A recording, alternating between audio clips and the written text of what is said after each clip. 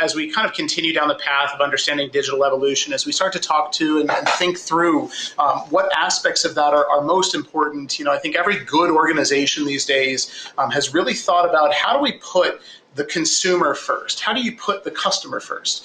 And I think what we've seen in the past 6 months is a radical shift and change of what's actually happening with consumer behaviors and how do we stay ahead of it. And so for our next panel, I'd like to welcome Rajan actually, I think I'll let you guys do your own introductions in just a moment, but I think two different diametrically opposed organizations, or maybe not opposed, but very different organizations, I'll say. So Urvashi, obviously with ADP being a large old company, and perhaps with WWE being, maybe not as old of a company.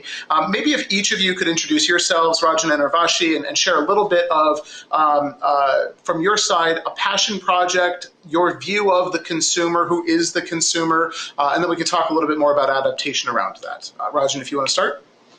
Sure. Thank you, Anthony, and thank you for inviting me today. I'm looking forward to this discussion. So I'm Rajan Mehta. I'm WWE's Chief Product and Technology Officer. So I oversee all of our consumer-facing technology, and I also run our internal IT, data, and cybersecurity practices. So just, it's one of those things where I'm a sports fan. I grew up watching WWE, and a tech person at heart. So this role that I'm in is one of the happiest and most fulfilling roles that I've had in my career. So a lot of great projects. But Anthony, you had a couple of questions in there. First, on the who our consumers or who our customers are. And I would say there's two aspects of that. Obviously on the IT side, our customers are the internal business partners of using the tools. But on our direct-to-consumer businesses, our customers are, pretty much everyone out there, right? All the consumers. You look at fans of WWE, whether you grew up watching in the 80s and you had a nostalgia to it, to, watching it with your child today, and the generational fan viewing that we have. So all those aspects are our customers, whether from a television audience or whether from a live event and so on. Now, my day-to-day job, I run our direct-to-consumer technology. So we have a service called the WWE Network. We launched that back in 2014, probably one of the first services to do OTT. And it's been a really successful business for us. So our consumers there are people who are really passionate about sports entertainment, passionate about WWE, love watching the programming and signing up for our service. Also, on our direct-to-consumer shop business, we sell merchandise directly to consumers. And so that's another big aspect of our fan base. And then also growing our, when live events come back around for the sports world, that aspect of what we do. Now, in terms of passion projects, there's quite a few. and I wish I had just one, but if I had to pick one, right, one of the things that I'm really passionate about on the data side of what we do, leveraging our consumer base to provide the best services that we have. And I know it sounds really, high level, but when you look at what we were just talking about with WWE of, our multi-millions of people who subscribe to our video service, to the high volume of orders that we do on shop, to the people who come to our live events, to the people, the, billion social media, followers that we have across all of our platforms. That Fan 360 piece has been a really important project of really understanding and learning who your customer is. It's, for lack of better words, it's somewhat easy to do it in a silo, but really covering it across avenues of business, that's a challenge, and that's been a really big passion of mine. Sure. And Urvashi, I imagine you don't have any wrestlers on payroll there, but at the same time, maybe if you could introduce yourself and share a little bit as well in terms of a passion project and who is your consumer? Yeah. So Rajan, when you talked about WWE, of course, it sounds more like a tech company than a sports company. And, are we surprised? Of course not. So yes, I'm Urvashi, Chief Officer at ADP. ADP is a global provider of human capital management technology. And we bring together HR, payroll, talent, time, tax, and benefits. And we're also a leader for HR outsourcing. And so we pay over 40 million workers worldwide, and we serve more than 800,000 clients, from small businesses to global enterprise in 140 countries.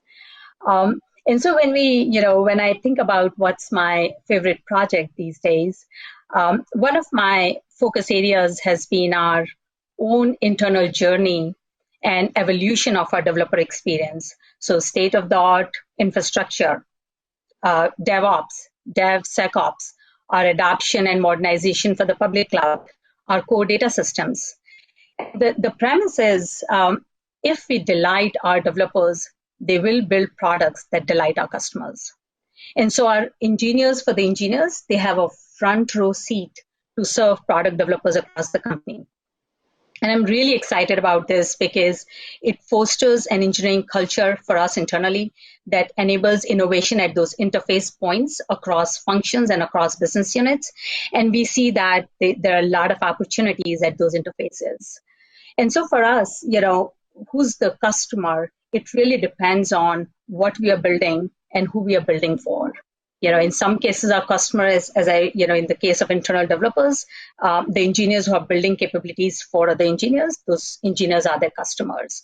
In other cases, our stakeholders, our business partners could be our customers. In cases where we build our products, we use our products internally. So our internal associates become our customers, and then our external clients are customers, of course. And so it's really, who are we building something for, and who are we catering to, who are we providing the service for is our customer. That makes perfect sense. And I think, it's also very interesting, right? I love this idea of almost trickle-down experience, right? Your engineers for the engineers, and if they have a good experience, they'll produce better things as well. I think it's a very a good way to look at an engineering and kind of, prospect of modernization in the development lifecycle. Maybe kind of taking a step then in that same vein and riffing a little bit off of what you've described.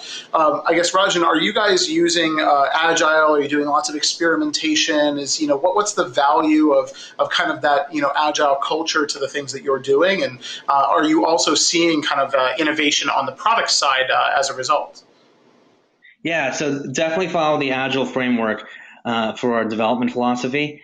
When we look at what we've built for the direct-to-consumer aspect of it, that really is the only way to go, right? In terms of launching our video service or e-commerce service, really how do you keep building and how do you get features out there? So some of the value add of getting features out there quicker has been the benefit. Now, you can never be 100% based on what types of projects are, because there's some projects that take time to build before you can launch, but we've broken those out into various sprints where we at least get features done, whether it gets released to the public or not, we may queue those up. So, that philosophy has been in place on the direct-to-consumer side, since I've been, in my role.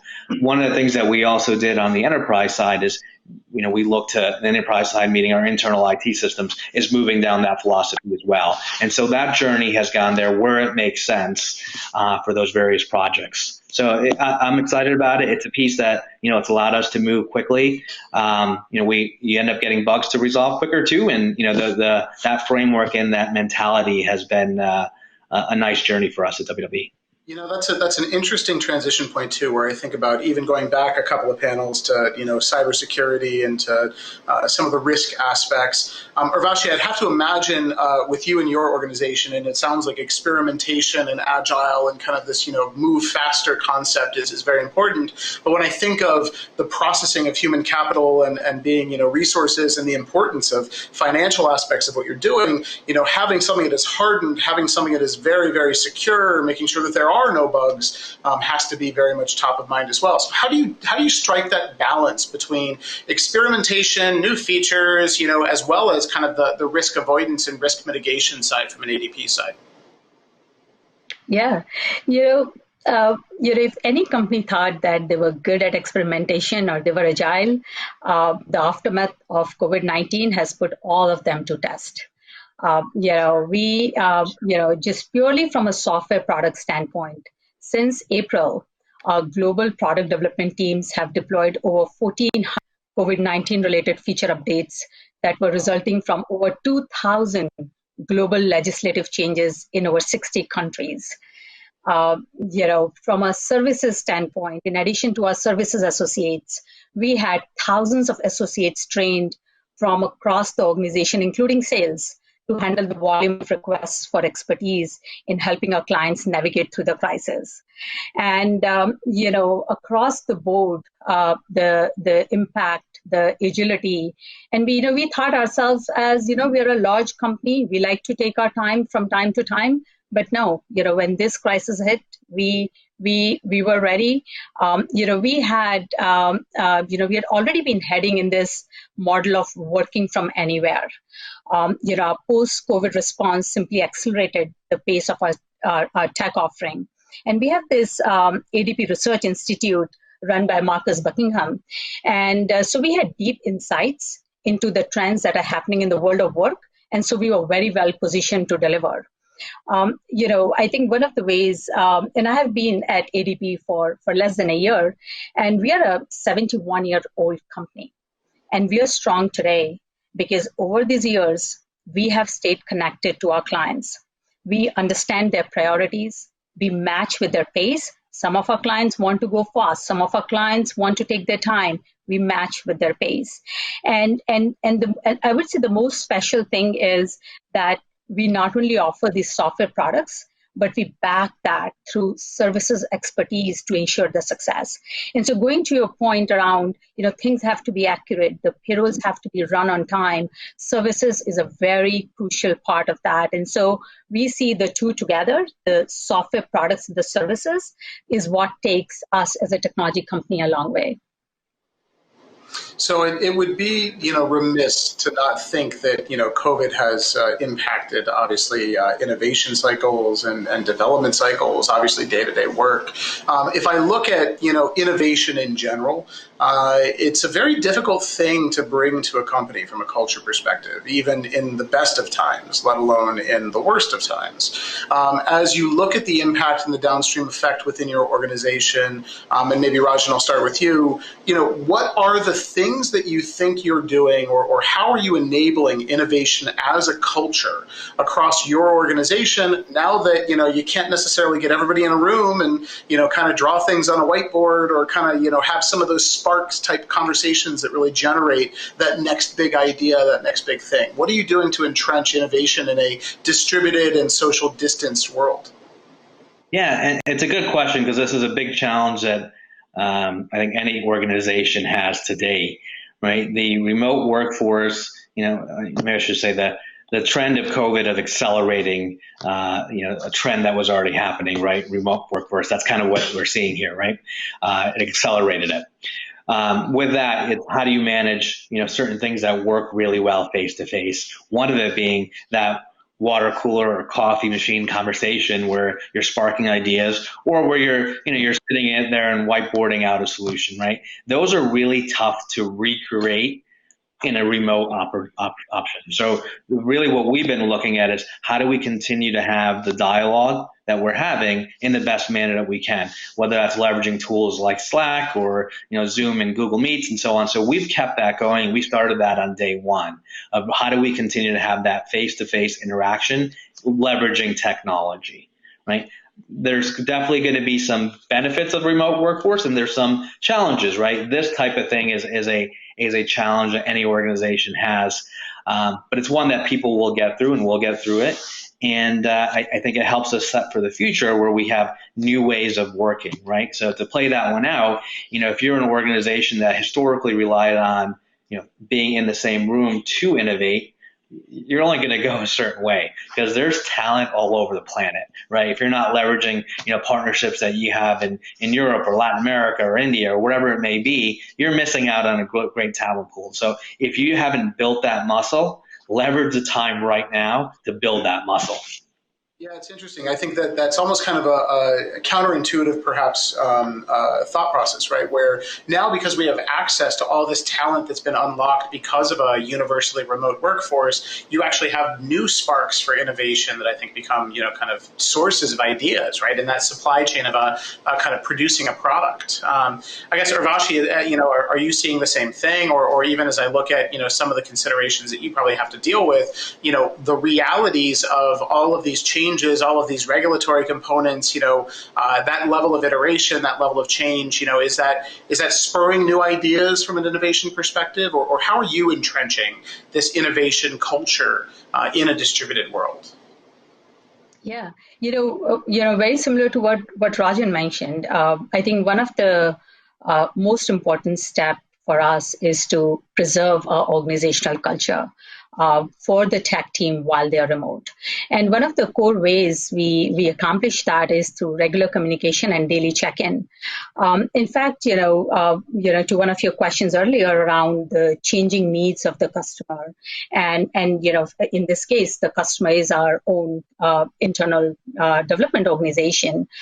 Overnight, as millions of our clients' employees, they transitioned to working from home, and thousands of managers became the first-time managers of remote workforce. We offered a tool called Standout.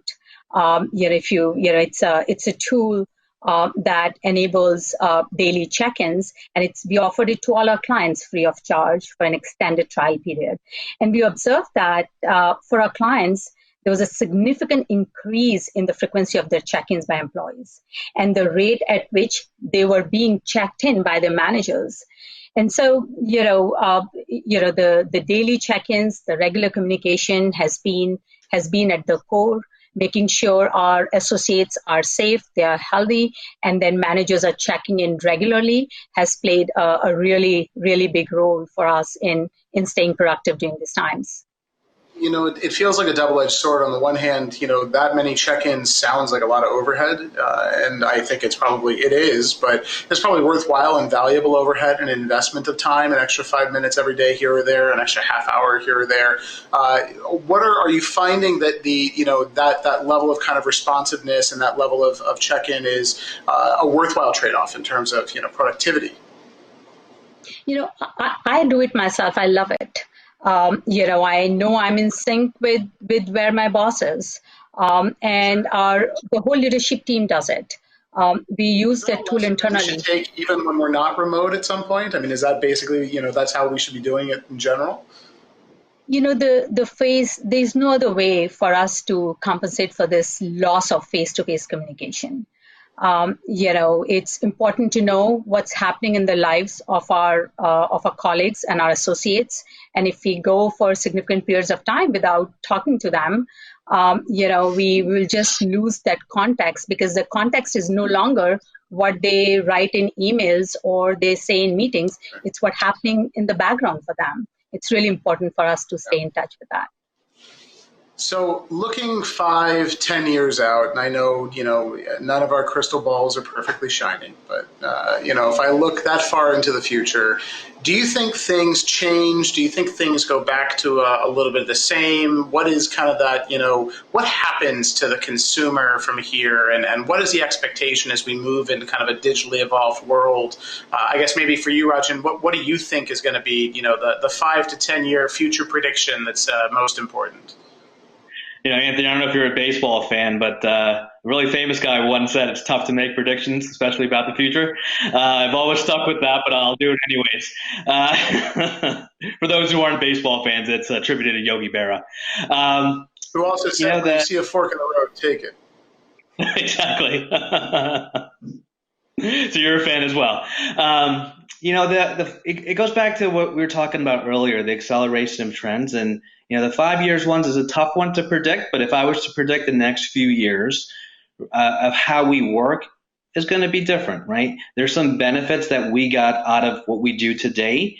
There's obviously a lot of tough things that are happening in the world, but there are some benefits that we've seen in terms of the remote work and how we've been able to do that and continue operations, right? So as you look at that, what I was getting back earlier, and I don't want to harp on it, but that global talent pool, or just even that larger domestic talent pool, that really can change things a lot for folks who had a much more in-person culture, right? So that is one that I think will continue to accelerate. On the consumer side, the growth that we see in digital businesses, we've seen this track continue to happen where things were going up, and then you see this exponential growth in e-commerce, in media consumption, and so on. The reshaping of that industry was already happening, right? But the acceleration of that will allow this to happen exponentially, right? And I think those two aspects of how we work and how we consume content and purchase goods, which are three of the things that I spend 95% of my day on, that acceleration just happened exponentially, and I think will continue. And so the technology to enable that will have to keep driving with it. Yeah, makes sense. And look, ADP has been around for 70 odd years, and I think will not go away anytime soon. Although I have to imagine there are dips, there are challenges. There's probably, oftentimes from a contraction and from an economy perspective where these challenges come out to bear. For you, Urvashi, as you look 5-10 years into the future, and I'm sure experimentation plays a role in this, but what is that one big thing you think is going to happen that you really are at the forefront of, or that you want to see is kind of embedded in your organization and that you're going to pay attention to? Yeah, I think if you were to replay this 5-10 years down the line, the one thing that will continue is AI will continue to augment and not replace humans. RPA, AI integrated into big data, the autonomous analytics, they will continue to digitize operations and continue to help humans become more productive. Because if we see today, the business users spend about 20 to 30% of their time looking for information. And so I think we will advance to touchless analytics and touchless interfaces, where users ask questions of these analytic applications and make decisions. And so no more knee deep in your data. And I think quantum computing will become more established in 10 years and operationalize many new use cases in the field of big data and analytics. And I think that will be the real usage of the big data applications at the time. I think it'll be really interesting to see, and I love that characterization of kind of hug the user, right? I think that we're starting to see where right now we're asking questions of the data. I can't wait for the machines to start asking questions of us about what it is we should want out of the data, and I think that's going to be that evolution too. So, well, thank you very much, both of you, for joining. Really appreciate it, Rajan and Urvashi. It's been a pleasure. I think we'll look forward to see what happens in the future, and thank you for all that you do on both sides, and you have many more things in common from a corporate perspective than I perhaps thought at the beginning. So thank you so much.